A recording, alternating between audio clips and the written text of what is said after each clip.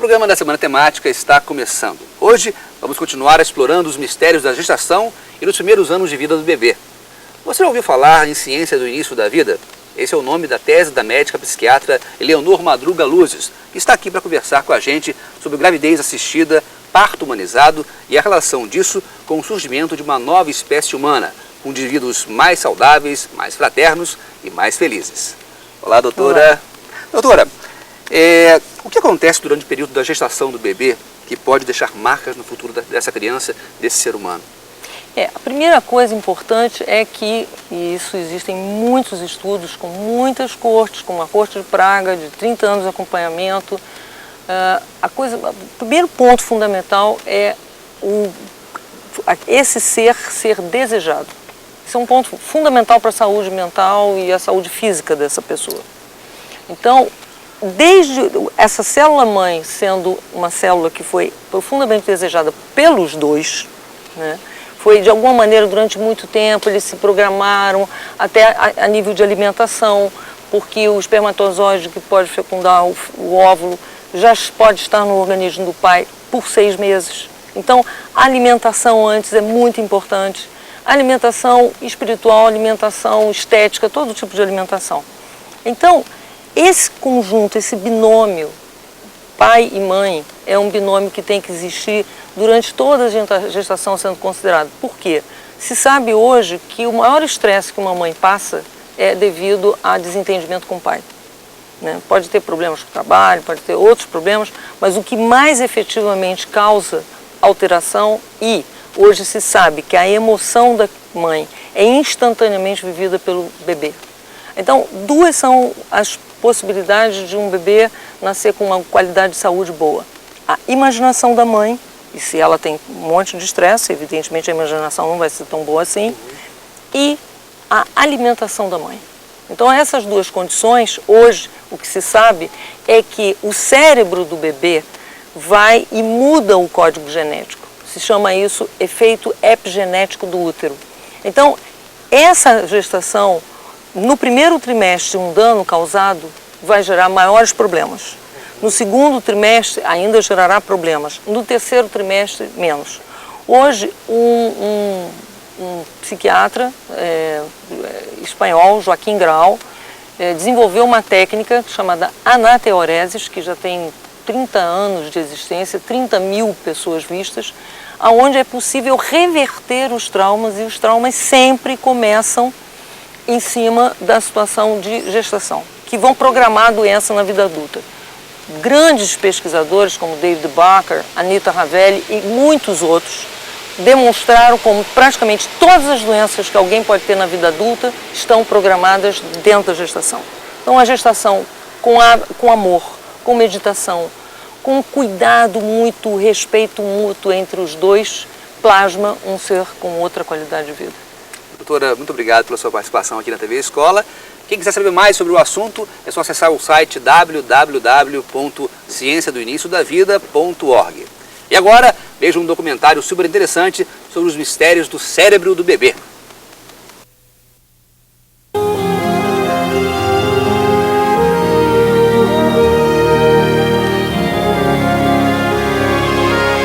Numa distribuição Didac.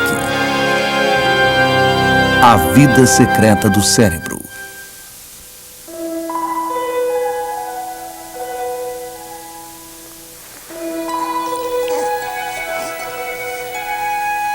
O cérebro é mais amplo do que o céu, pois colocai-os lado a lado. O outro irá conter facilmente, e a vós também.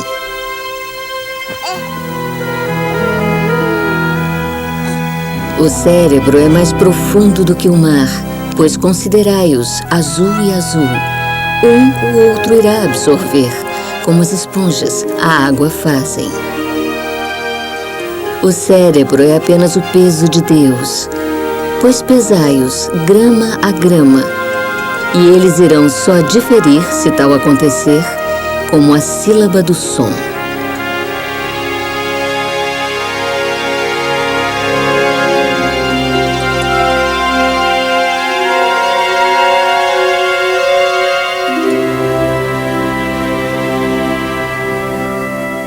O cérebro de um bebê.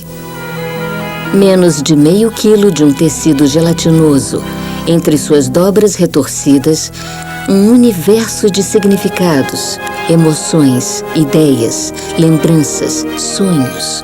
Tudo, de alguma forma, se abriga aqui, evoluindo e se modificando ao longo da vida. A mais moderna máquina e a fonte de tudo. Nós entendemos o mundo como é por causa do nosso cérebro. Iremos entender o próprio cérebro por causa do cérebro que temos.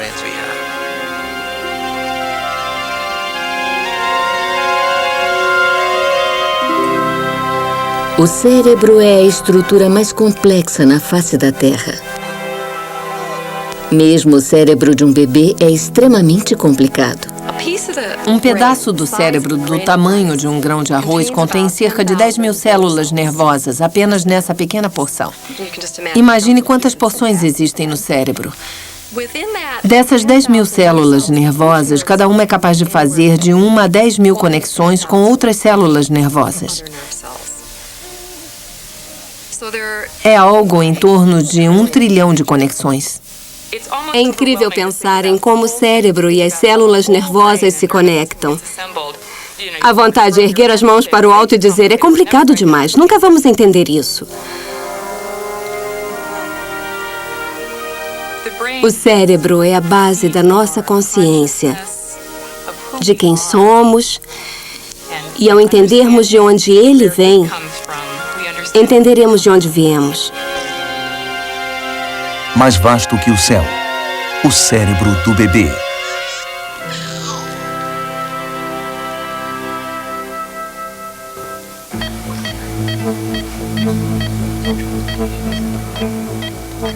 Elizabeth Trafalgar nasceu há menos de 2 semanas, 3 meses antes do esperado. 3 meses antes de estar pronta para vir ao mundo. Ela nasceu com 28 semanas e 6 dias. Pesava 1,3 kg e media 35 centímetros. Eu fiquei apavorada sem saber como seria um bebê prematuro. Vamos lá. Vamos lá.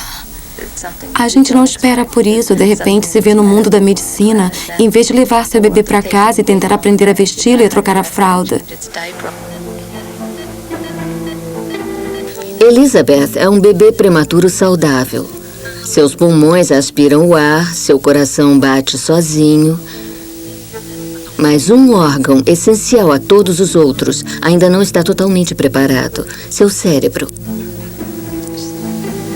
A milagrosa tecnologia da medicina moderna ajuda a manter Elizabeth viva. Mas 12 semanas cruciais de desenvolvimento cerebral terão de ocorrer fora da proteção do útero. Quando o bebê sai do útero, tudo muda. De repente, há luz e sons agudos. O cérebro reage a esses estímulos. Não há como filtrar, não há como impedir. Não há como excluir. Eles sobrevivem e fazem o melhor que podem. Mas a que custo? O cérebro de um bebê nascido 3 meses antes do tempo é vulnerável. Ainda faltam muitas semanas de precioso desenvolvimento.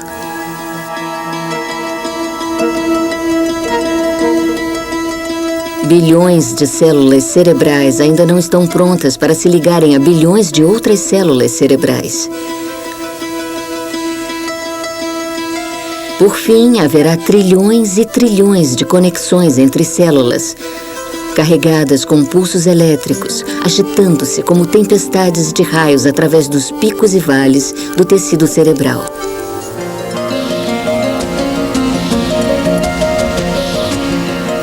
Cada célula em seu lugar, cada ligação entre elas cuidadosamente organizada. Nada aleatório, nada arbitrário. O que adoraríamos saber é como o cérebro, durante o seu desenvolvimento, gera milhões e milhões de neurônios, coloca-os no local correto no cérebro e, de alguma forma, instrui cada uma dessas células nervosas a formar conexões específicas umas com as outras. Pode-se pensar no desenvolvimento como uma peça de teatro que segue um roteiro escrito por um código genético, mas que não tem diretor, nem produtor, e tem um bando de atores que nunca disseram suas falas antes. Apesar de tudo isso, a peça é encenada. Isso, para mim, é um milagre.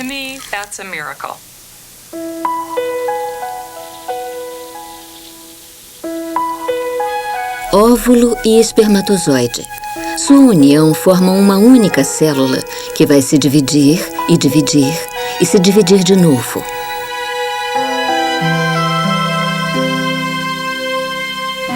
Com 3 semanas, essas células terão se reunido numa agitada forma oval. Dentro dela, existe um cacho de células que começaram a se dobrar na forma de uma mangueira de jardim, o tubo neural. Na base vai se formar a medula espinal. No topo, o cérebro. Aqui está o início primitivo de todos os nossos pensamentos e sentimentos. Com 4 semanas, geralmente quando a mulher descobre a gravidez, as primeiras células do cérebro, os neurônios, já estão se formando a uma velocidade incrível. 500 mil neurônios por minuto. Neurônios que jamais se reproduzirão e dificilmente serão substituídos. E isso é incrível, porque se você pensar, a maioria das células do seu corpo se transforma. Pense na pele, por exemplo. Você renova constantemente células epiteliais mortas. Alguém calculou uma vez que, se você observar as transformações da pele ao longo da vida, verá que produz e descarta 40 quilos de pele. Então, a maioria das nossas células faz seu trabalho, depois morre e é substituída. Os neurônios nascem na vida fetal e essas mesmas células continuarão trabalhando até a nossa velhice.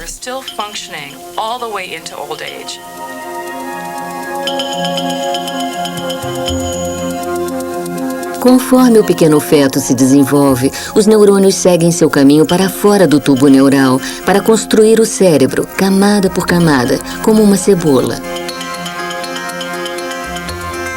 Os neurônios seguem um caminho celular como se estivessem indo por uma estrada. Eles se colam às células chamadas glias e seguem adiante. O seu núcleo fica em um dos polos da célula, o que faz deles células meio gordas em um dos polos. E então eles se colam nesse cabo guia, os processos radiais das glias. Enquanto se movem como um verme de 2 centímetros, cada pequena célula prossegue sozinha, num processo bastante vulnerável. Nenhum outro tipo de célula faz isso. Isso é incrível. Os neurônios viajam em ondas, milhões por dia, embarcando numa expedição assustadora que os cientistas chamam de migração. É um fenômeno incrível, porque em termos da distância em relação ao seu tamanho, é como se cruzassem o país. Eles estão vivendo uma enorme odisseia ao longo de territórios desconhecidos. O mais admirável dessa migração é que geralmente ela ocorre sem erros. Eles seguem as indicações ao longo do caminho que lhes dizem exatamente aonde ir.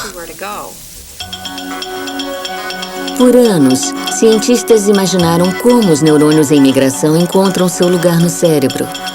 Será que os neurônios viajam em bandos, seguindo o caminho das células neurogliais que os levam ao seu destino final? Ou simplesmente fazem seu próprio caminho, sendo cada um geneticamente programado para seguir um objetivo previamente definido? Costumávamos pensar que a migração era apenas como simplesmente descarregar células de uma esteira rolante. Mas agora sabemos que não é bem assim.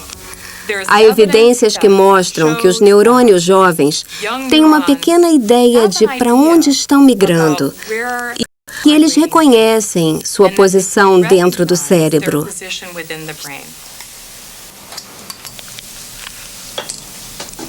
Em seu laboratório na Universidade de Stanford, a neurobióloga Susan McConnell realizou uma série de experiências para rastrear o destino de um neurônio em migração. Os neurônios nascem da divisão de células-tronco, as sementes a partir das quais se desenvolvem os tecidos do corpo. Algumas células-tronco podem se transformar em qualquer tipo de célula. Células do sangue, da pele, coração, ossos ou do cérebro. McConnell pegou um descendente de uma célula-tronco e, antes que ele se transformasse em neurônio, o transplantou num cérebro em desenvolvimento e observou sua migração.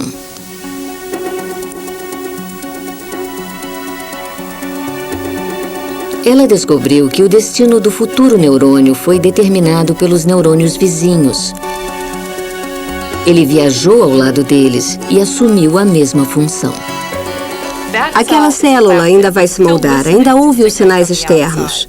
Ela recebe instruções dos novos vizinhos e reajusta sua função. Ela diz, sim, claro, posso fazer isso também. Mas quando McConnell transplantou um neurônio, ele foi fiel ao seu destino genético. Seguiu seu próprio caminho e assumiu uma função totalmente diferente das células à sua volta.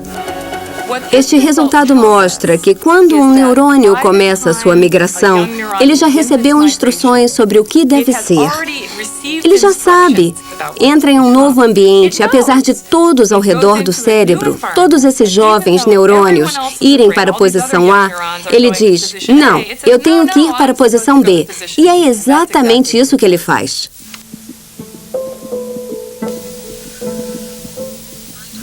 Com 24 semanas, os órgãos vitais do feto já estão formados. O coração já bate sozinho. Os fracos pulmões agora já estão preparados para se encherem de ar. E o cérebro já possui quase a quantidade total de bilhões e bilhões de neurônios, uns buscando os outros, construindo conexões numa velocidade incrível, quase 2 milhões por segundo. Até o cérebro se tornar uma rede de fios cruzados, com mais conexões do que estrelas no céu.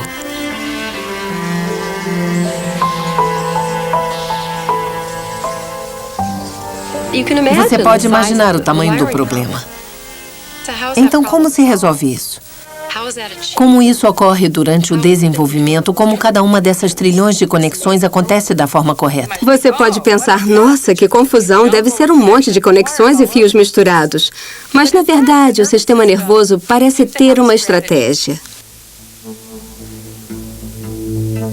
A estratégia está nos genes.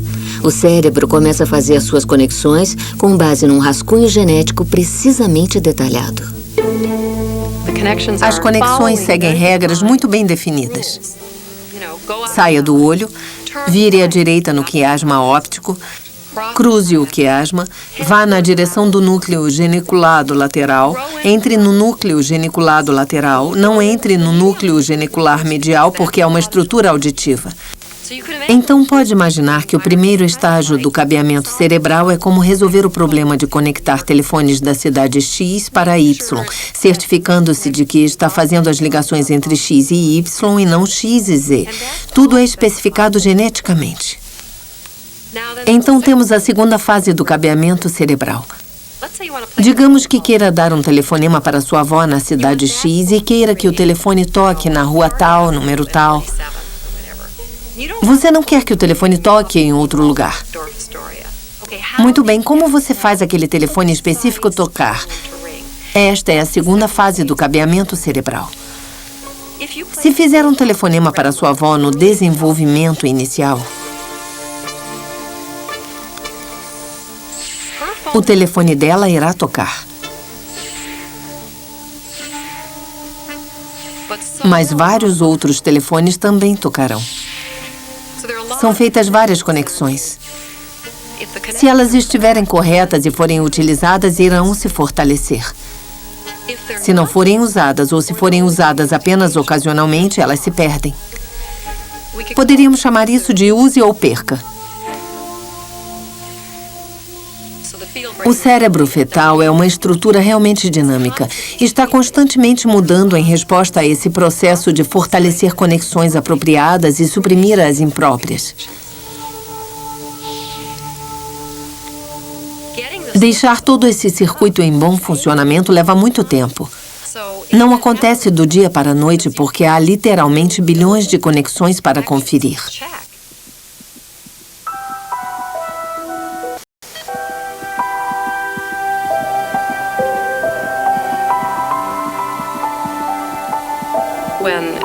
Quando uma criança nasce prematuramente, o processo não está totalmente encerrado.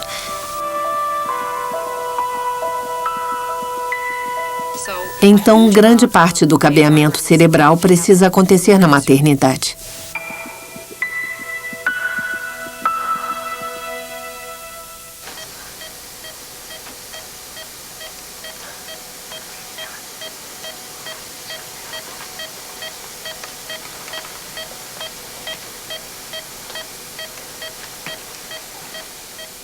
Em um hospital de Boston, Elizabeth Trefhagen, de 2 semanas e nascida 3 meses antes da hora, tem que lidar com o mundo antes que seu cérebro esteja preparado. Por mais de 2 décadas, a psicóloga desenvolvimental Heidelise Alls vem estudando prematuros como Elizabeth para aprender como seus frágeis cérebros, acostumados com a escuridão do útero, se adaptam às luzes e sons do mundo.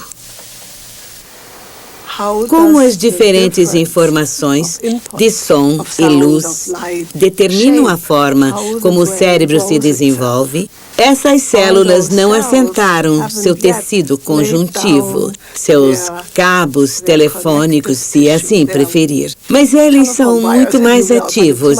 São como cabos que crescem sozinhos. É alguma coisa dinâmica, biológica. Não é estático como o seu computador. É uma coisa que depende do que acontece com ele enquanto cresce. 229-229.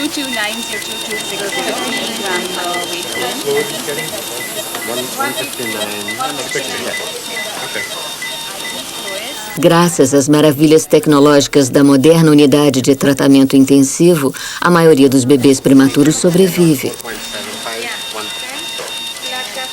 Mas quase metade deles terá dificuldades posteriores, dificuldades em prestar atenção no aprendizado. Eles terão problemas no planejamento, na formação estrutural, em priorizar. Conforme crescem, parecem ser brilhantes, como qualquer criança brilhante. E de fato são. Porém, não conseguirão acompanhar a 2ª série escolar.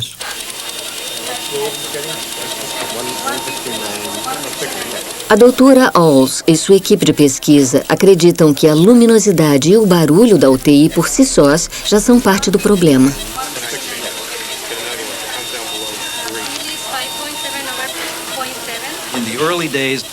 Antigamente, só o fato de essas crianças sobreviverem já era um milagre.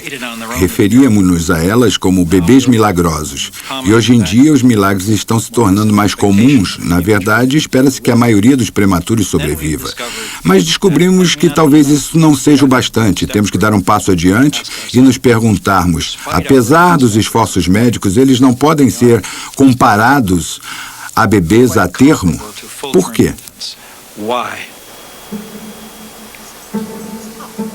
O nascimento prematuro molda o cérebro de uma forma diferente do que a natureza planejava. Nos próximos 8 anos, Elizabeth será parte de um estudo sem precedentes.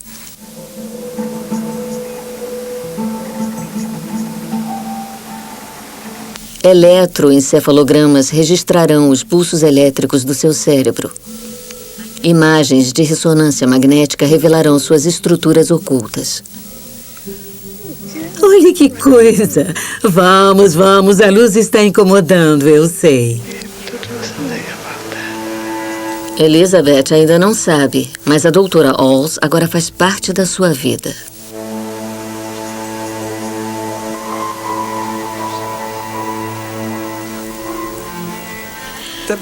O cérebro aqui fora enfrenta mais desafios que no útero. No útero, Ela não recebe alimentos diretamente no estômago. Ela os recebe pelo aparelho digestório da mãe. E ela não está deitada na cama. Está totalmente protegida e não tem que respirar sozinha. O corpo da mãe cuida de tudo isso. Os bebês prematuros podem enxergar, podem ouvir, ainda que não saibam administrar as coisas da mesma forma que um bebê a termo. Vamos nos mexer um pouquinho.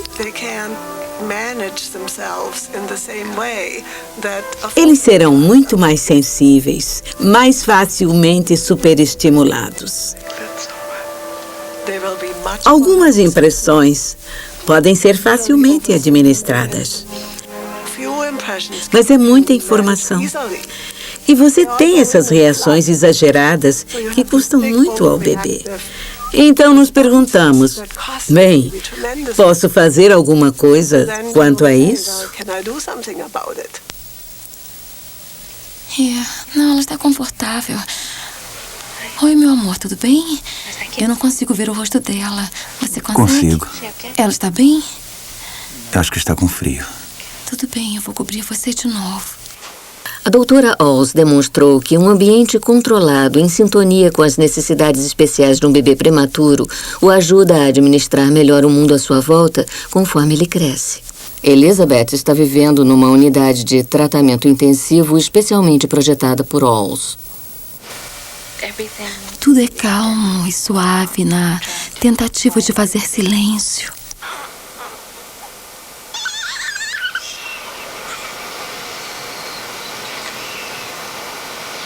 Calma, minha linda. De reproduzir o útero, onde ela ouvia sons abafados e onde estava escuro. E depois o contato pele com pele, ela ouve meu coração. E sabe que está perto de mim. E é bom porque ela parece me reconhecer. Ela se acomoda e encontra seu lugar. E é uma sensação maravilhosa, já que ela é cuidada por pessoas muito mais qualificadas do que eu na maior parte do tempo. E é bom ver que ela sabe quem é a mamãe. É muito bom.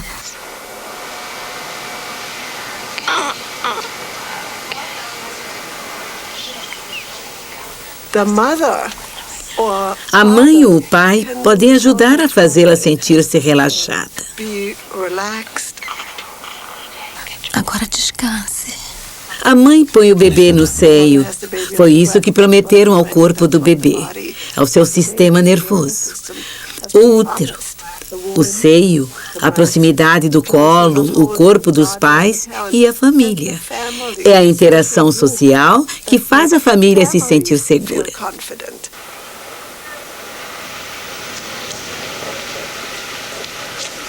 Ela vai estranhar o carro.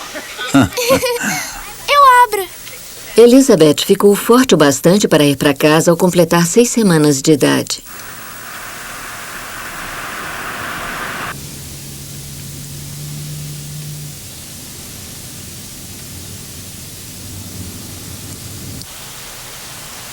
Agora, cabe aos pais dar continuidade ao tratamento que teve início no hospital.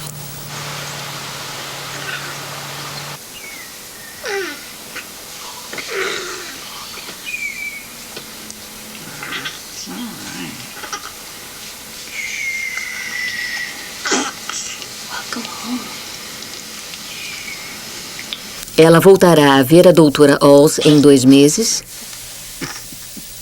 logo após a data em que devia ter nascido.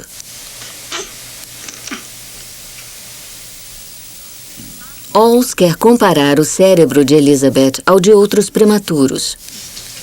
Bebês que passaram seus primeiros dias de vida na UTI de hospitais comuns. Será que o tratamento especial recebido por Elizabeth fará diferença?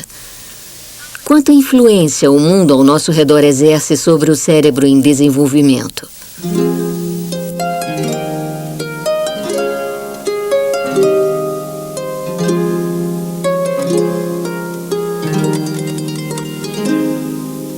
Para ajudar a responder a essa pergunta, neurocientistas se voltam para um pequeno animal imortalizado num quadro de Leonardo da Vinci há mais de 500 anos.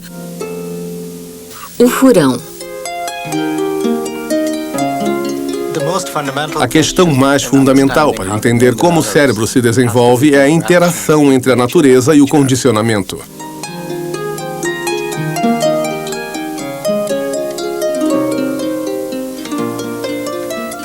Sabemos que o cérebro tem diferentes áreas que fazem diferentes coisas, como o córtex visual, na parte caudal do cérebro, ou o córtex auditivo, na região mediana.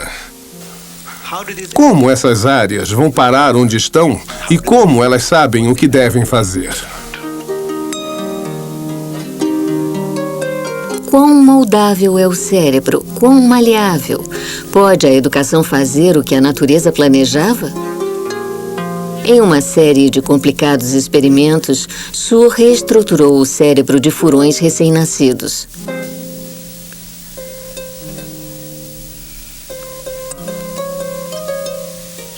No furão normal, quando a luz atinge os olhos, cria ondas elétricas que viajam até o córtex visual. Suhr reorganizou o cérebro do furão, ligando os olhos ao córtex auditivo, atingindo as partes auditivas do cérebro com ondas elétricas geradas pela luz. Pensamos, se pudéssemos fazer as informações visuais do olho irem até o córtex auditivo, que normalmente processa a audição, o córtex auditivo se tornaria um córtex visual, caso crescesse com visão em vez de audição.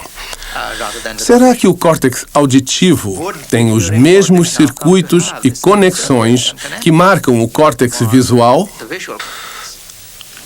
Se a resposta for não, então a natureza ou o dom natural genético é a essência. Se for sim, então as informações são importantes, o condicionamento. E o animal enxergaria. Registrando uma série de imagens diretamente do cérebro de seus furões reprogramados, Suhr provou que os furões podiam enxergar. Nos furões normais, a atividade dos neurônios no córtex visual tem a forma característica de um catavento. Nos furões reprogramados, o córtex auditivo descreve uma forma similar. O cérebro foi transformado, mas não inteiramente. Em vez de 100% da visão, eles terão 30%, o que significa que enxergarão a 6 metros o que um furão normal veria a 18.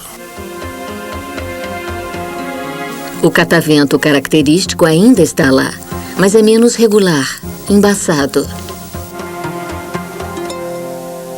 O meio molda o cérebro, mas não pode mudar completamente o destino genético.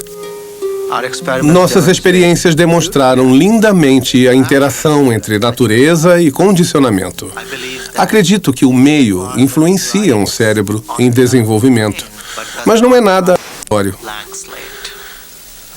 Há uma estrutura, há uma incerteza em relação aos genes, que são mais influenciados pelo meio do que o cérebro em desenvolvimento. Nossas experiências deram claras evidências da incrível flexibilidade do cérebro.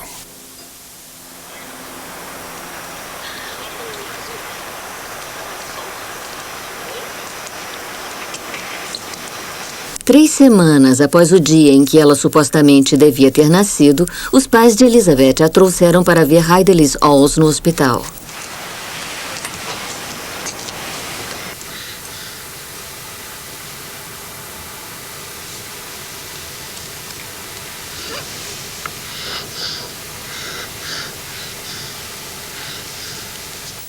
Será que a incrível maleabilidade do cérebro torna prematuros como Elizabeth especialmente vulneráveis? Será que uma UTI que imita o útero tem efeito visível no cérebro?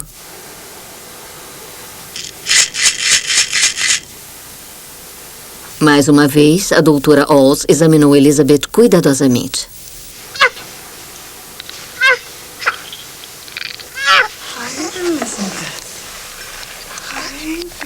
Olá, Elizabeth. Olá, bela menina.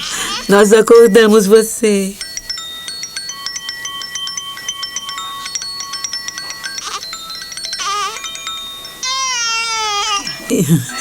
Estava quietinha, calma.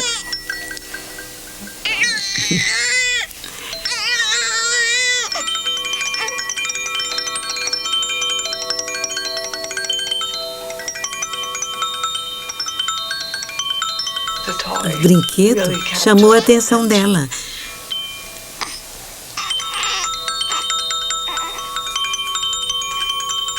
Ela se interessou por ele.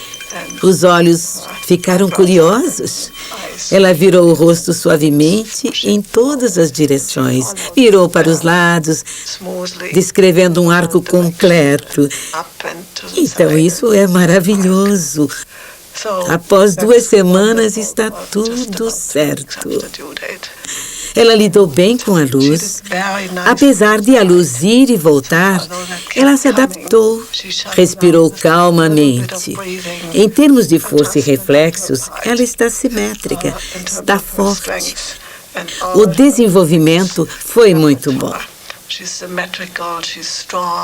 Olha, eu fiquei realmente impressionada, muito impressionada. No geral, vocês fizeram um ótimo trabalho com ela. Está um bebê normal.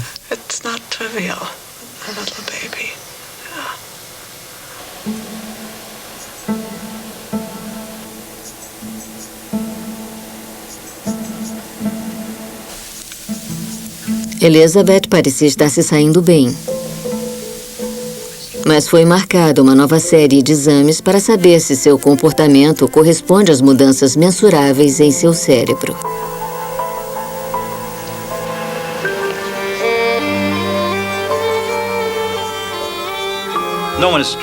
Ninguém jamais fez isso.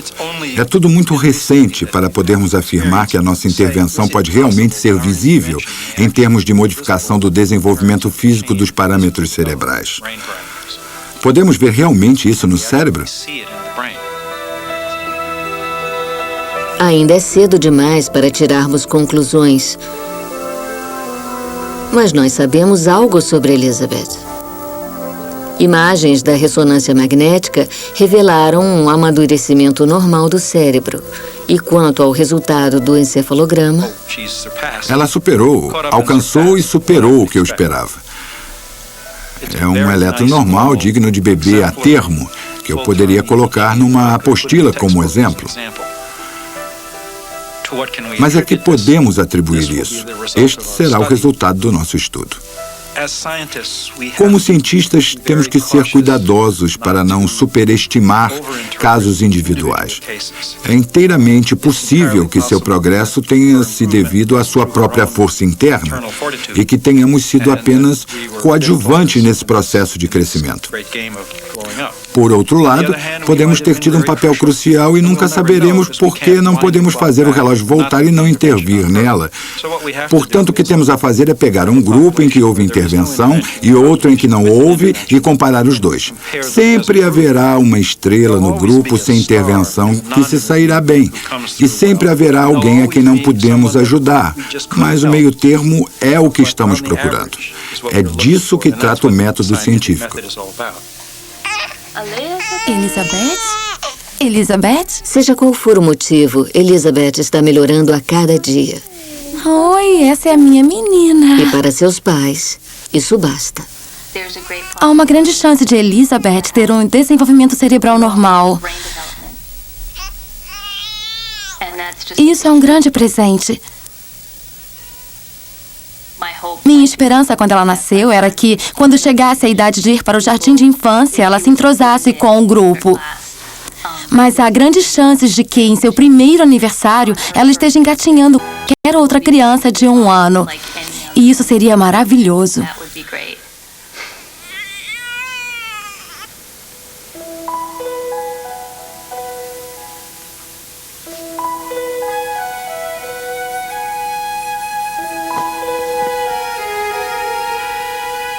Prematuros ou a termo, todo bebê encara os mesmos desafios.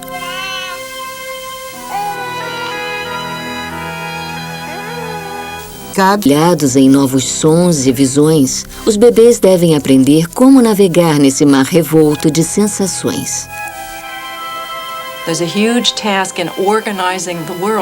Organizar o mundo é uma tarefa grandiosa, mas os bebês parecem dar conta. Agem como pequenos cientistas. Exploram e constroem uma nova visão do mundo. E, nesse aspecto, fazem o que nós, cientistas, fazemos a vida toda. E o que todos nós estamos tentando fazer, negociar um mundo muito complicado e que está constantemente em mudança.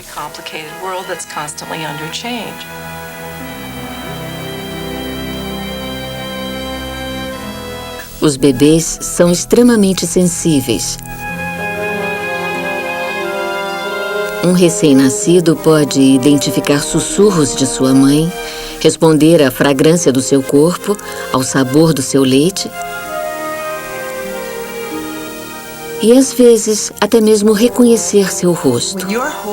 Quando você está com seu bebê nos braços, embalando-o e olhando para ele, seu rosto fica à distância que os bebês gostam de olhar as coisas.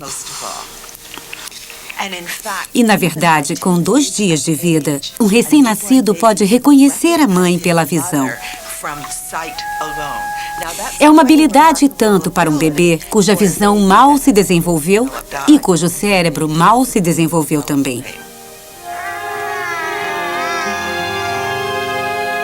A visão é o último dos sentidos a se desenvolver. Com um olho imaturo enviando sinais oscilantes para um cérebro ainda em desenvolvimento, não é surpresa que o bebê veja o mundo de forma diferente do adulto.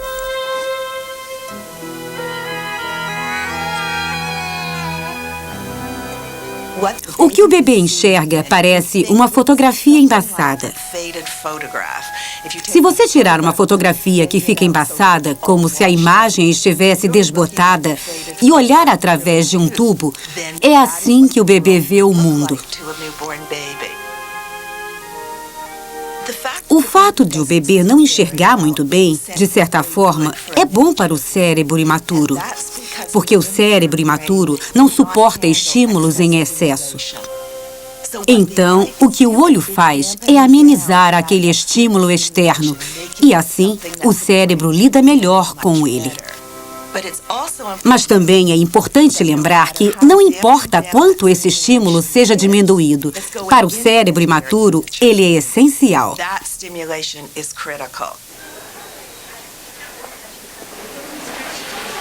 O que acontece se o cérebro não recebe estímulo suficiente?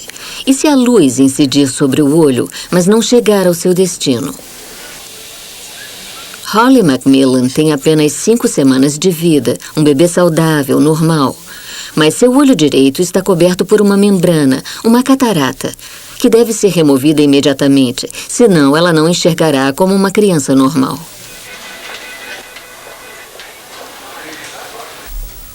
No dia em que Holly nasceu, notamos que o olho direito dela não abria como o esquerdo. Mas na minha família, minha irmã e meu pai têm um olho que é bem pouco menor do que o outro. Então não suspeitamos de nada. Mas nós fomos informados de que ela terá que fazer uma cirurgia para remover essa membrana. E pelo que soubemos, quanto mais rápido, melhor. Espero que ainda esteja em tempo. Depois do que já conversamos, isso é só uma autorização para fazermos a operação no olho direito. Só para não esquecer. Para um bebê é algo urgente, porque se um bebê tem catarata, as imagens que deviam estar chegando, as imagens essenciais para o desenvolvimento do cérebro, essas imagens não estão chegando. E como resultado, o cérebro não está tendo a oportunidade de ter a experiência da visão e de desenvolver essa função que eventualmente nos permite criar a visão saudável, a visão normal que nós conhecemos. Quando uma senhora tem catarata, todas as suas conexões entre o olho e o cérebro já se formaram há anos. E elas continuam estáveis ao longo do tempo, mesmo que não sejam usadas, não desaparecem. Mas quando uma criança tem catarata, acontece o use ou perca, que durante o desenvolvimento é um período de tomada de decisões, um estabelecimento de conexões. Na verdade, mesmo 1 ou 2 meses de perda da experiência visual desde o nascimento pode ter consequências permanentes na forma como o cérebro funciona e do que ele será capaz no futuro.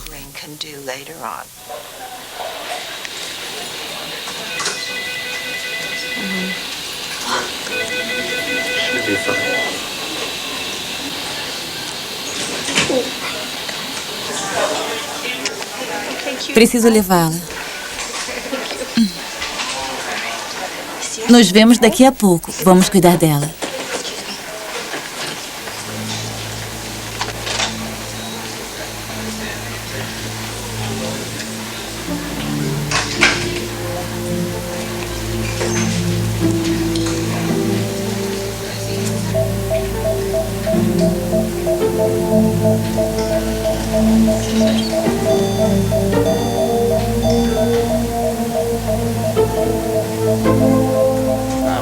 Olha ali, lá está a catarata cobrindo o olho.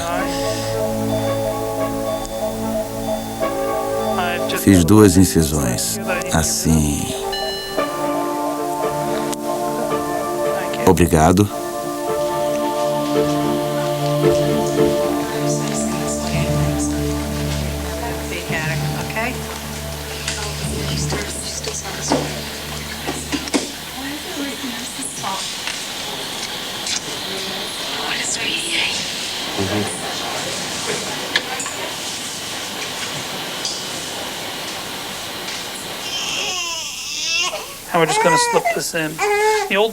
Antigamente era preciso anestesia, agora não mais. Uma semana depois da operação, o olho de Holly está curado e a doutora Levine coloca uma lente de contato que Holly terá de usar para o resto da vida. Pela primeira vez, o olho direito de Holly está enviando imagens claras para o cérebro. O truque é colocar o dedo assim para ver se a lente entrou direito. De repente é como se o olho tivesse sido aberto para o cérebro. É como se o bebê tivesse saído da escuridão do útero e, de repente, abrisse os olhos na sala de parto. Mas a visão de Holly ainda está em risco. Pelos próximos 5 anos, até sua visão estar estabilizada, ela terá que usar um tampão sobre o olho esquerdo a maior parte do dia. Senão o cérebro não aprenderá a usar o olho direito. Se o olho bom não for tapado, a cirurgia não adianta, nem a lente de contato. Temos um olho fraco que tem que lutar por uma conexão cortical com um olho forte, normal, saudável. E esse olho forte, normal e saudável, se permitirem, vai tomar todo o espaço do cérebro, não deixando nada para o olho prejudicado, que ficará cada vez mais fraco. Parece meio estranho. Tapar o olho bom poderia causar o mesmo problema que a catarata. Mas, na verdade, isso não ocorre e não sabemos o porquê. Pode tapar o olho bom completamente. Isso não vai causar nenhum efeito adverso. É um dos nossos mistérios. Vamos observar seus olhos enquanto muda os quadros. A catarata de Holly foi removida. Mas será que ela pode enxergar bem? Muito bem, olhe para mim, aqui. Minutos após Holly receber sua lente de contato, a psicóloga Terry Luz examina sua visão para verificar se uma série de padrões capta sua atenção. Não pode brincar com os olhos fechados. Vamos lá. Não pode. Descobrimos que apenas 10 minutos após voltar a enxergar, este bebê vê os padrões e enxerga tão bem quanto um bebê recém-nascido. Isso nos mostra que o cérebro pode amadurecer até certo ponto sem nenhuma experiência visual nos recém-nascidos, porque não há nenhuma experiência visual no útero. Embora bebês com catarata como Holly enxerguem tão bem quanto bebês recém-nascidos, não enxergam tão bem quanto bebês da sua idade. Vamos lá, Holly. Mas eles podem alcançá-los rapidamente. É chocante quão rapidamente a visão progride depois que a lente de contato é colocada. Nós descobrimos que em 1 hora temos um progresso significativo na visão dos bebês. Isso é muito excitante porque nos diz que, apesar de o cérebro não ser melhor do que o de um recém-nascido normal, mesmo sem a experiência visual, assim que ele recebe essa informação, está pronto para processá-la. Está ansioso para isso porque apenas aquele pouquinho, aquela primeira hora de experiência visual coloca aquele cérebro em ação mais rápido do que ele agiria em circunstâncias normais de desenvolvimento.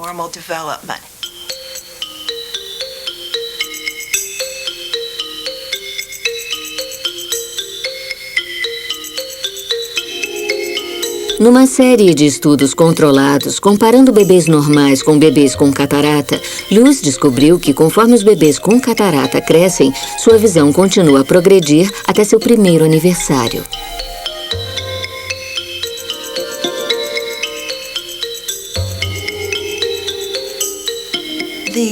Essas crianças começam a ficar para trás com 1 ano. Mas, geralmente, com tratamento precoce e seguindo as instruções médicas, este olho pode se tornar um olho totalmente normal.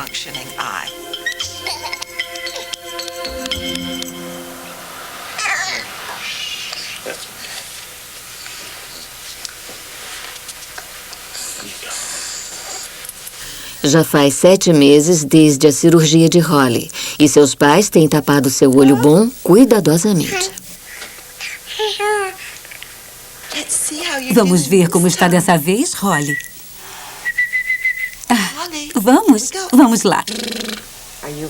Está pronta? Olhe para mim. Boa menina. Dá uma olhadinha para mim, tá? A visão de Holly está melhorando.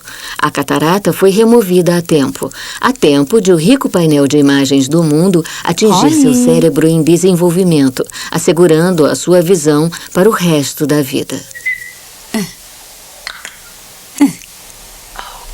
Boa menina, foi uma boa olhada.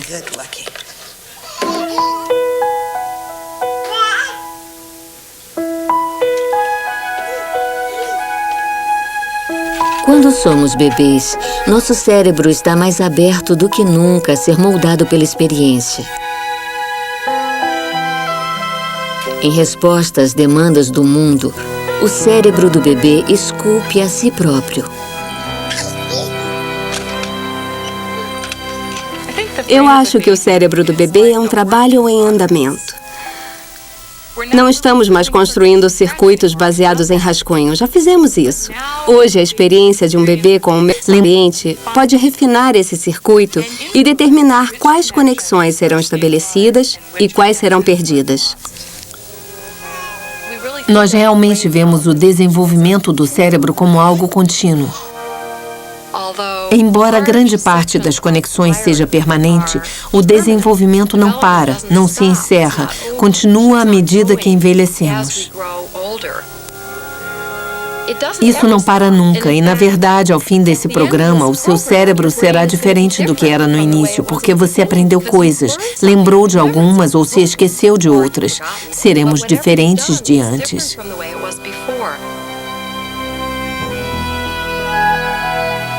Nosso cérebro é maleável.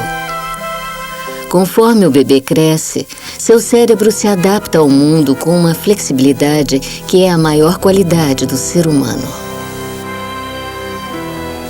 Ainda resta esse grande mistério. Nossas lembranças, nossas esperanças, nossas aspirações e quem nós amamos, tudo está registrado nos circuitos. Mas nós entendemos muito pouco sobre como todas essas coisas realmente funcionam.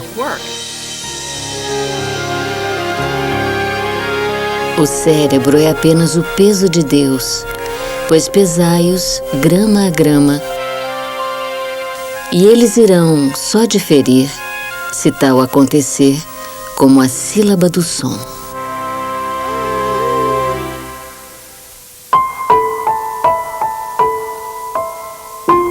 Versão brasileira Audio News.